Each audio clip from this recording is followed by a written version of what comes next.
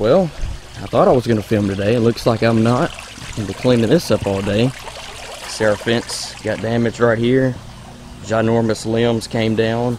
That was actually not part of the fence. The fence just fell on its own from the straight line winds that we had. This swing set got completely demolished. Look at this.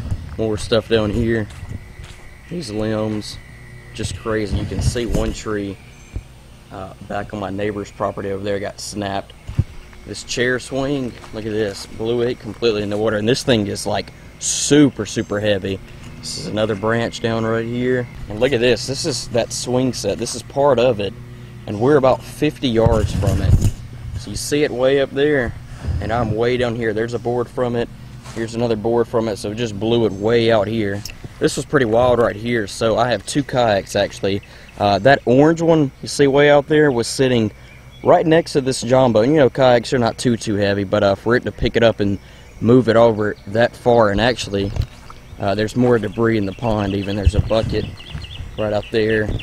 That is a small extra guppy pond that I had. I was thinking of setting up. That was all the way in my front yard. This was a small tree, but you can see it completely snapped it into two pieces actually. There's our fish food bin. That was on the pier way over there. Here's my other kayak. It is now almost in the woods. There's a chair that was sitting right here. The kayak was actually halfway in the water and halfway out. I had it pulled up here yesterday and it just completely blew it back there. Here's probably the biggest tree out here at the beginning part of our woods. We have about 6 acres, so not really big, but a decent amount. But you can see it completely uprooted this tree right here. I think this might have been one of the most surprising things. So this is a pipe we used to get water out of, and you can see it completely snapped this pipe in half into actually 2 sections.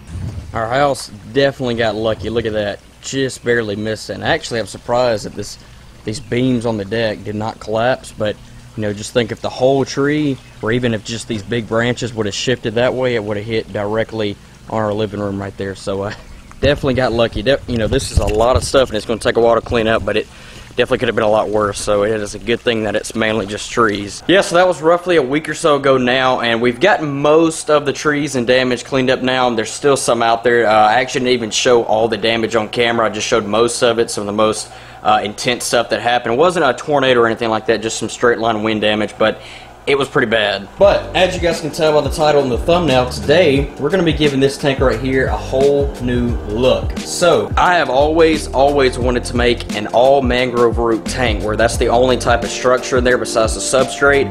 And most of the time you see them in big South American cichlid tanks or just South American fish tanks, because that's typically what those fish are used to out in the wild. Well, I'm going to do the complete opposite of that. So this tank over here does have some South American fish in it, but for the most part, it is an African cichlid tank with the peacocks and the hab and the other stuff that's in here. And by the way, one thing I should point out, the Marvel Car catfish I had in here is no longer in here. I'm going to explain what happened to that situation later on in the video. We got to do this first though. You know, typically with African cichlids, you would see more of a rock type scape, you know, with rock caves and rock formations and that kind of thing. But you know what? The fish don't really care. You know, there's some things that they prefer and all that, but if you give them some kind of structure in there, they're going to like it. And believe me, I think this is going to look really good in this tank. So here are the 3 mangrove pieces that I have right here. We got a surplus of these things in at the store. And by the way, these are real mangrove roots out of the wild. These particular ones are actually sold by ZooMed, but they also make some that are a lot bigger than this. This is apparently just their medium size, and you can tell just how big they really are. And apparently it says that they do not discolor the water all that much. We'll see, but I'm pretty positive that's not the case. I have partially waterlogged these. I've let them soak for about 2.5 days. I know that's not really long enough if I really wanted to let them waterlog and leach out a lot more of the tannins.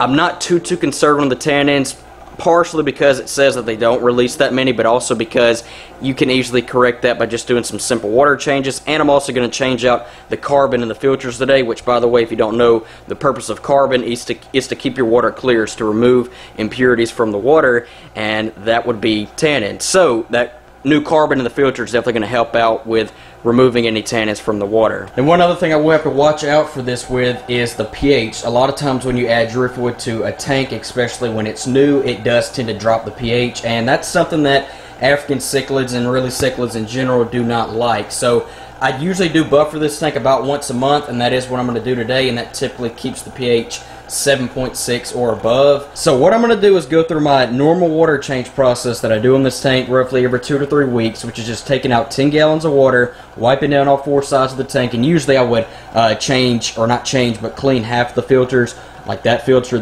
one water change, and the next water change, do that filter. I'm not going to do that today. The only thing I'm going to do the filters is add some more carbon in there. But basically, once I get the water drained down to where I want it to, 5 gallons from this side, 5 from that side, and then instead of filling the water back into the tank, I'm actually going to go ahead and take out these 2 pieces of driftwood and those 2 plants over there, and I'm going to use this stuff in a different tank, and then I will add in these 3 pieces of mangrove roots. I did mock them up in a 55 gallon at the store, and they look pretty good in there. I did have to make sure that that piece fit, and it did. And I also got some more of those river stones right there outlining that plant. So if I have enough to go from one end of the tank to the other, outlining the mangrove roots, then you bet your sweet peppy that's what I'm going to do. Not going to take the fish out or anything. I don't really see any real reason to do that. So with that being said, let's get started. I think the only problem that I might have is keeping them down in the water, because I did say that they were partially waterlogged, not completely, so they are going to be somewhat hesitant to keep down at the bottom.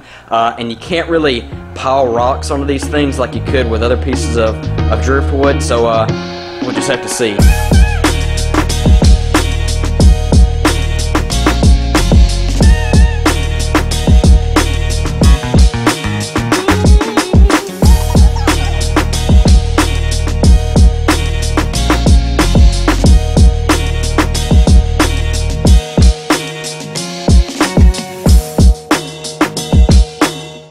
Alright, so that's 10 gallons of water right there. Got the filter shut off. I went ahead and took the plants out because, if you don't know, typically you get most of your buildup in a tank, especially with sand, in and around your decorations or structures in there. And there tends to be a lot, especially from that plant over there. So I went ahead and took them out so I could do a better job at siphoning. And now that it's drained of 10 gallons, I'm going to now get these 2 pieces of wood out and then start adding the 3 pieces of mangrove roots, I should say. And by the way, if I see any areas that I think some plants will look good in, I'll add some in here, but for the time being, I'm going to try it with just the mangrove roots and the stones.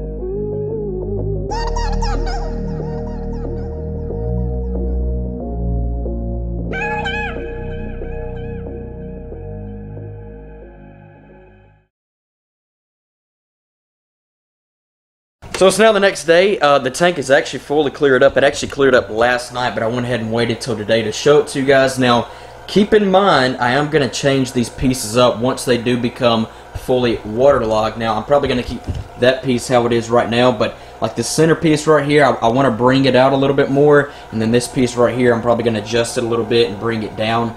And I'll also kind of line up these stones once I get the wood how I want it, because right now it doesn't really matter how they look because I'm going to change it up. But the fish, they seem to really, really like it. They actually seem to be more active with it now. I'm kind of freaking them out right now with the camera, but I came out here this morning and they were all around the tank, actually a lot more active than they were with the previous scape. And I think the Synodontis catfish, they like it more than any of them. You can see one back there, and then there's one right over there. So, but all the fish, they seem to really, really enjoy it. I know the Jack Dempseys, they really like going back there in the back and kind of hunkering down. But the peacocks, the haps, the leporinis, everybody seems to really, really like it. And the tank right now looks pretty good, but it is going to change, and I'm definitely going to tighten things up once this wood does become fully waterlogged.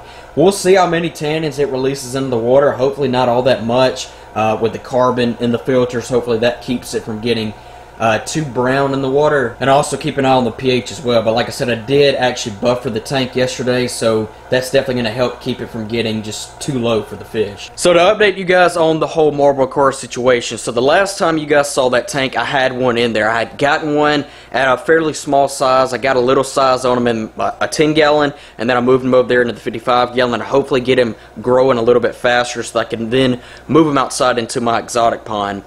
Well, I've got a buddy who's got a 55-gallon African cichlid tank, pretty similar tank to mine, not the skate, but the fish around the same size, and he was very, very interested in the marble car catfish. So at the time, we still had 2 of them at the store, so I said, okay, you know what? I'm going to give him my marble car catfish because he was doing good in there with my peacocks, and my cichlids were around the same size as his were, so I figured it'd do all right.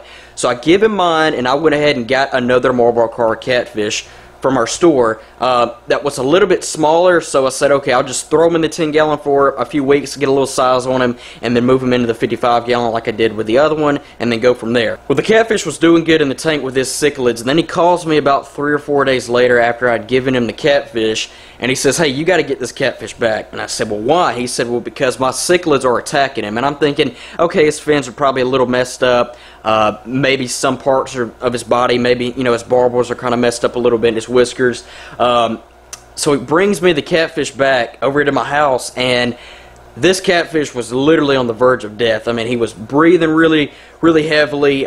Parts of his body were, like, you could see his meat in some parts of his body, and both of his eyes were gone. I didn't think the fish was going to make it, and keep in mind at the time I'd already got another marble car catfish. So I put him over there in the 10-gallon with the other one. I didn't think the fish was going to make it, but then slowly but surely over the next week the fish started to come back, and it has been about 3 or 4 weeks now, and this fish is fully recovered. It's insane. This is that same catfish right here, and you can see that visually he looks just fine. He just does not have any eyes. See that right there? That right there is where one of his eyes would be, and he does not have one on that side or on the other side.